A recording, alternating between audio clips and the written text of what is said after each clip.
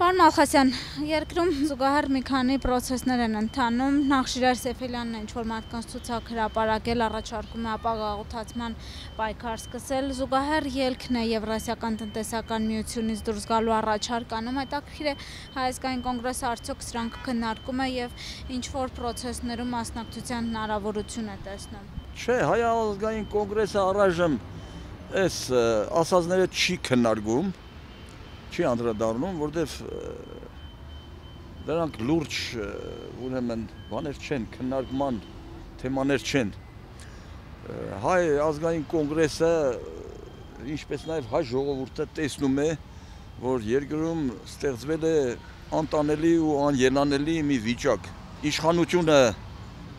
բռնազավթածները, այդ բռնազավթածների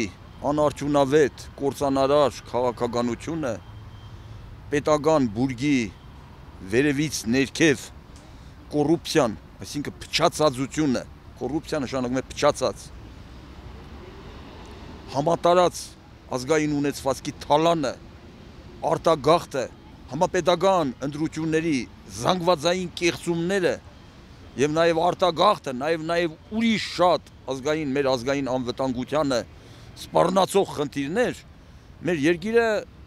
տանում են անխուսափելի կործանման, ոչ թե հասել են կործանման եզրին, այլև կործանվում ենք արդեն։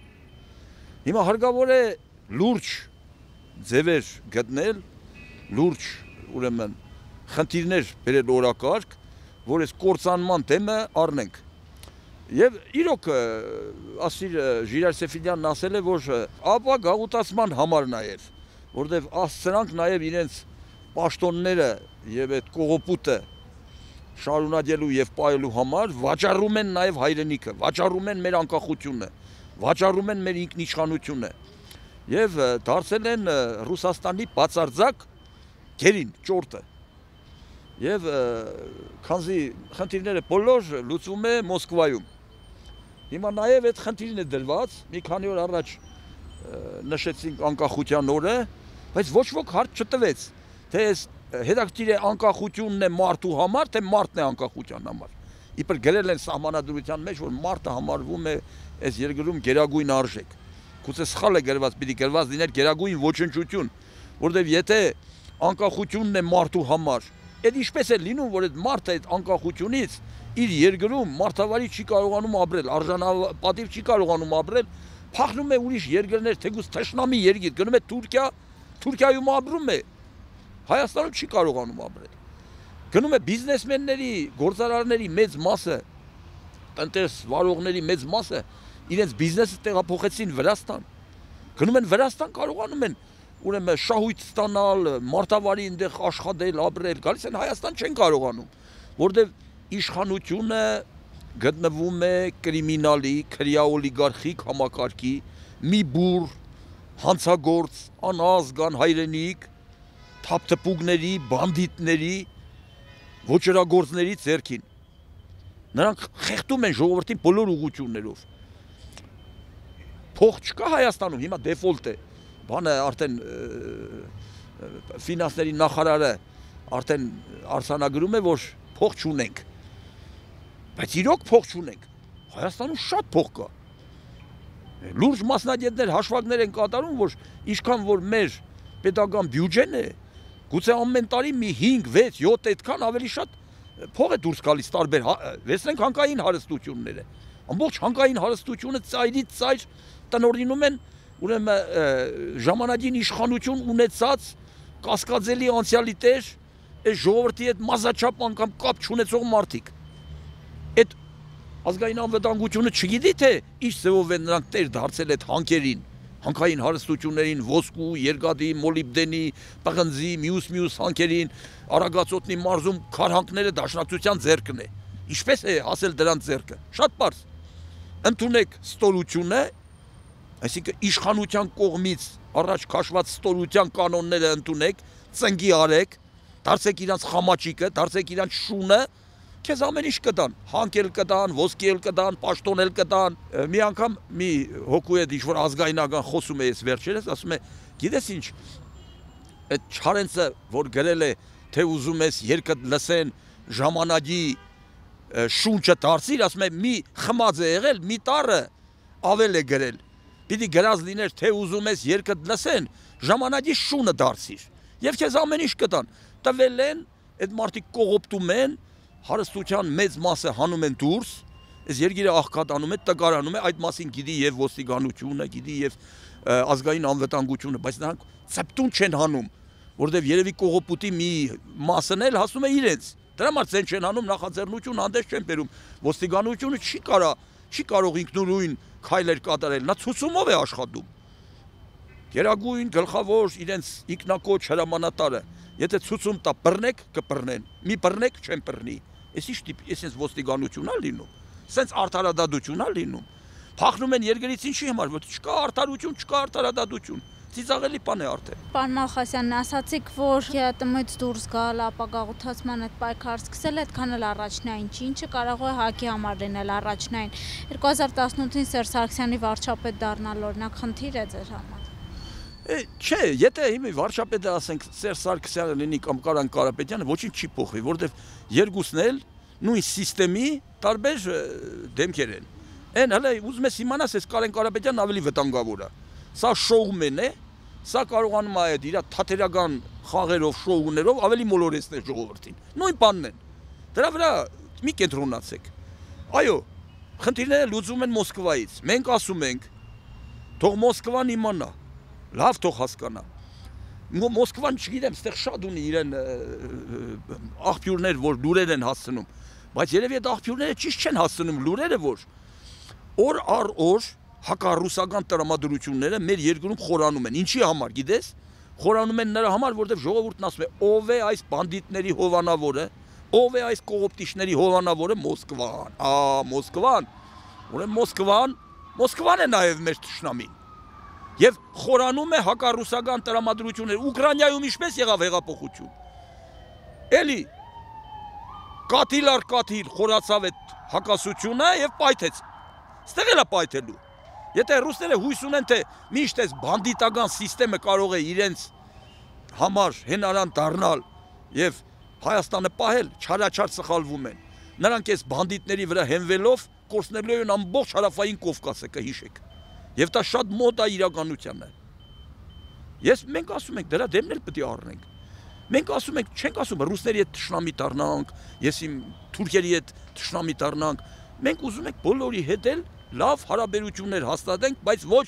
վասալային հարաբերություններ։ Հիմա տարիները ցույց տվեցին, որ ԵՏՄ-ում մենք հենց այդ կարգավիճակում ենք, ոչ մենք մեր ձայնը ոչ հաշվի առնում, ոչ ինչ-որ լսելի է դառնում, ոչ կարողանում ենք օգուտներ քաղել։ Ժամանակին Լևոն Տեր-Պետրոսյանն առաջին նախագահ ասում էր, որ անշրջելի է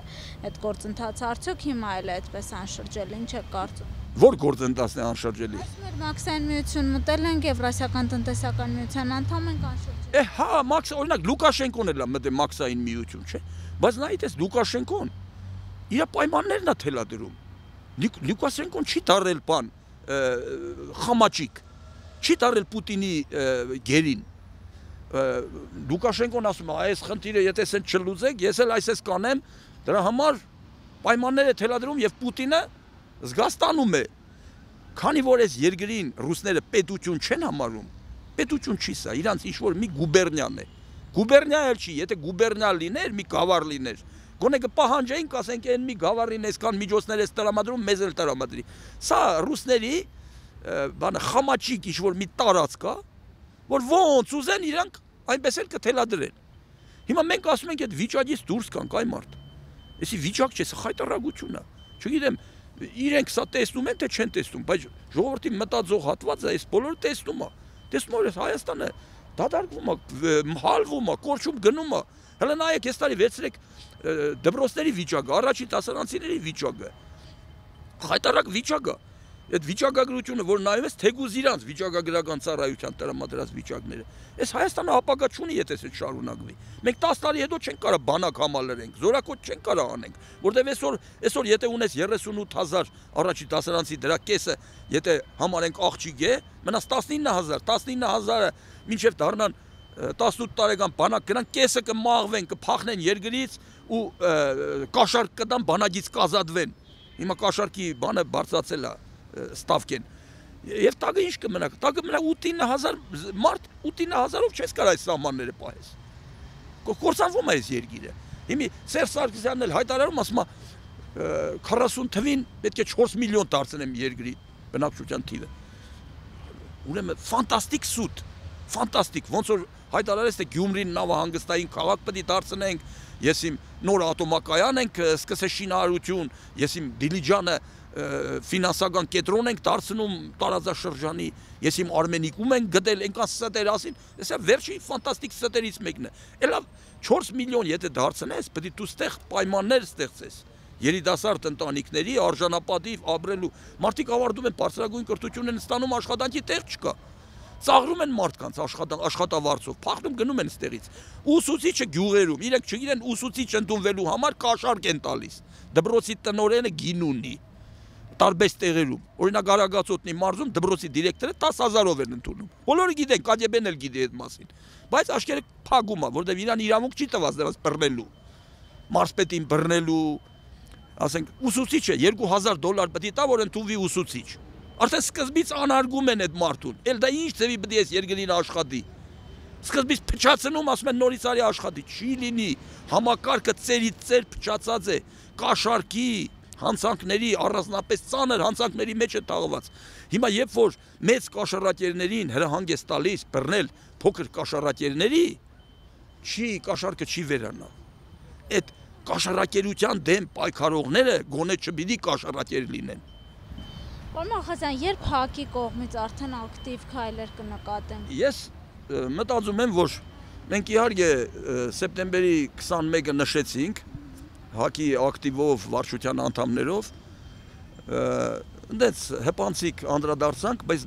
մտածում ենք, որ գուցե այս հոկտեմբեր ամսից արդեն լուրջ օրակարգ պետք է մշակվի, առաջ քաշվի օրակարգ, լուրջ օրակարգ, որ կամ այս երկիրը պետք է փրկենք բանդիտներից, ոչորագործներից, այս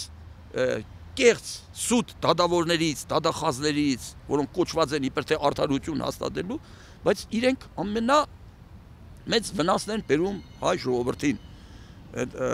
Գրած է սահմանադրության մեջ, որ այս երկիրը իրավական, սոցիալական պետություն է, բայց սա կեղծիքի, չարիքի, ստախոսության եւ անարդարության տիրապետություն է։ Մինչև դրանից չազատվենք, ներգաղթ տեղի չի ունենա, Սփյուռքի ժողով են անում, Սփյուռքը ստեղ ոչ մի կոպեկ փող չի դնի, կարող է մի քանի էլի ինչ-որ իրանցից կախված մոլորյալներ բերեն դնեն, բայց համատարած Սփյուռքի եւ Հայաստանի